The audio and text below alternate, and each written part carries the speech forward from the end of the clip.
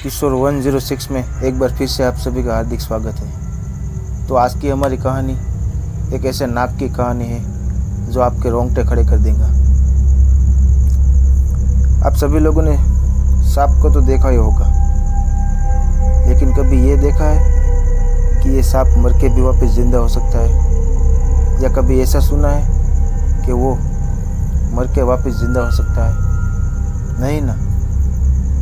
तो मैं आपको एक ऐसी खौफनाक, डरा देने वाली, रहस्य से भरी एक ऐसी नाग की कहानी मैं आपको सुनाऊंगा जो आपको सच में रोंगटे खड़े कर देगा। ये कोई बनी बनाई कहानी नहीं है, बल्कि एक सच्ची कहानी पर आधारित है। तो कहानी में आगे बढ़ने से पहले आप सभी को एक छोटी सी रिक्वेस्ट है कि अभी तक आप सभी लोगों ने मेरे चैनल को सब्सक्राइब नहीं किया तो प्लीज़ सब्सक्राइब कर दीजिए और अपनी मेरी बेल की घंटी को प्रेस कर दीजिए। और आप कहाँ से वीडियो देख रहे हैं वो मुझे कमेंट बॉक्स में बताना और आपका नाम भी बताना, तो मैं आपका आने वाले अगले वीडियो में आपका नाम बोलूँगा। तो चलिए बढ़ते हैं कहानी की ओर। ये कहानी एक मेरे भाभी की कहानी है। अभी हाल ही में मेरे भैया और भाभी की शादी हुई। वो दोनों बहुत ही खुश थे। 1 महीने के बाद जो हुआ वो मैं आज भी सोचता तो मेरे रोंगटे खड़े हो जाते। एक दिन मेरी भाभी किचन में खाना बना रही थी। करीबन रात के 9 बजे हो गए और अचानक से वो चिल्लाई और वहीं बेहोश होकर गिर गई। तो हम दोनों भाई वहाँ जाके देखे तो उसके मुंह से फिर निकल रहा था। तो हमने देखा कि इसके मुंह से फिर निकल रहा है। तो मेरे भैया ने बोला इसको तो जहरीले सांप ने काटा है। तो लेकिन मैंने बोला यह सांप तो कहीं दिख तो नहीं रहा है, और ये सांप आया तो कहाँ से आया? तो मेरे भैया बोले कि अभी इन सभी बातों में टाइम नहीं गंवाना है और हमें इसको पायल को अभी हॉस्पिटल ले जाना पड़ेगा। तो जल्दी से जल्दी मेरे भैया ने कार निकाली तो हॉस्पिटल बहुत दूर था, लगभग 80 किलोमीटर दूर था। और मैंने सोचा भैया हॉस्पिटल से अच्छा यहाँ एक बाबा है बाजू में, उसके पास हम ले जाते हैं। तो हमने ऐसा ही किया, भाभी को वहाँ बाबा के पास ले गए। तो बाबा वहीं प्रार्थना कर रहे थे मंदिर में। तो हमने ज़ोर से बाबा को चिल्लाए और भाभी के गाड़ी में से उठा के बाबा के पास लाए। और बाबा आए तो बाबा ने बोला कि क्या हुआ? तो मेरे भैया ने बोला कि मेरी बीबी को सांप ने काट लिया है, ज़रा आप देखिए ना। तो बाबा ने उसके हाथ को ऐसे पकड़ के ऐसे देखा तो पूरा शरीर लीला हो गया था। तो बाबा ने बोला अरे बाप रे, ये तो बहुत जहरीला सांप है। तो बाबा ने बोला कैसे सांप ने काटा इसको? कुछ नहीं बाबा, वो रात को ये अभी खाना बना रही थी और अचानक से चिल्लाई और वहीं गिर गई।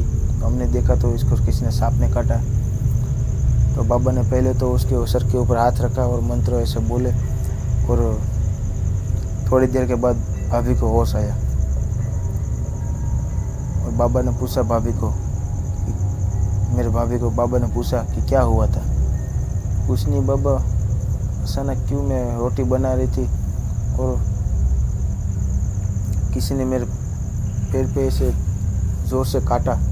तो मैंने देखा तो वहीं कुछ नहीं था और मैं एकदम से शक्कर खा के वहीं के वहीं गिर गई। तो मुझे कुछ याद नहीं है। तो फिर मेरे भैया ने बोला बाबा वो सांप था तो दिखाई क्यों नहीं दिया? वहीं सांप ही था। तो फिर बाबा ने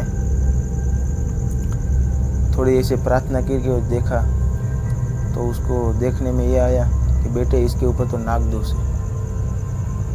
वो ऐसा नाग है जो दिखाई नहीं देता।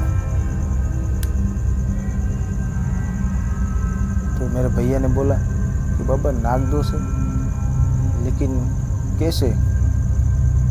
बेटे तुम्हारी बीबी ने एक 16 साल की उम्र में एक नाग को मारा। मेरी बीबी ने 16 साल की उम्र में एक नाग को मारा। तब मेरे भाभी को अचानक याद आया, हाँ बाबा, मुझसे बहुत बड़ी गलती हो गई। मैंने 16 साल की उम्र में एक नाग को मार डाला था पत्थर से। तो मेरे भैया ने बोला, बाबा अब हम क्या करें, इसका कोई निवारण? तो बाबा ने बोला, बेटे इसका निवारण तो मुझे प्रार्थना करके देखना पड़ेगा कि इसका क्या निवारण हो सकता है। अभी तो ये सांप अग्नि के जोश में जल रहा है, आग के जोश में जल रहा है। अभी इसको मैं आपको सभी लोगों को नहीं बता सकता। कुछ दिनों के बाद इसका उपाय तो मुझे नाग देवता ही बताएंगे, जो सामने नाग देवता। तो हम सब वहाँ से बाबा के कुटिया से मुझे उसका सीधे करके और निकल गए। आप सभी लोग मुझे थोड़ा टाइम दीजिए, हम सो गए।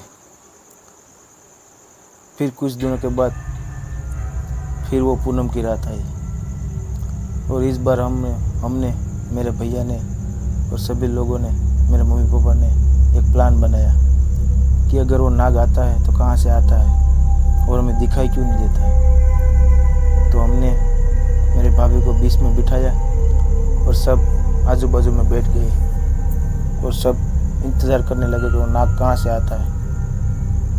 तो बस वही टाइम, 9 बजे का टाइम, 9 बजते ही मेरी भाभी बीच में बैठी हुई थी, वो अचानक से गिर गई और मुंह से फिर निकलने लगी। तो मेरे भैया ने देखा कि ये कैसे हो सकता है, ये सांप आता है तो दिखाई क्यों नहीं देता है, और पायल को काट के चला गया। तो हमने जल्दी से उसको उठाया और सीधे मेरे भाई ने कार में डाल के सीधे बाबा के पास गए और बाबा के पास गए। बेटे इस नाग का एक ही उपाय है, फिर से वही तुम्हें एक चांदी का नाग लेना पड़ेगा, मंत्र बोले और चांदी का नाग का जेर उतारा। तुम्हें अपने फिर जो मड होता है उसमें उसको बिठाना पड़ेगा और दर पूनम की रात को तुम्हें उससे प्रार्थना करनी होगी और उससे क्षमा मांगनी होगी बेटी, तब जाके ये नाग दोष खत्म होगा। तो ये तो थी मेरे भाभी की कहानी। अगर आपके पास ऐसी कोई सच्ची घटना पर आधारित कोई ऐसी रहस्य की कहानी है तो आप भी मुझे मेरे इंस्टाग्राम आईडी में मुझे आप बता सकते हैं। तो फिर मिलते हैं एक नई वीडियो के साथ।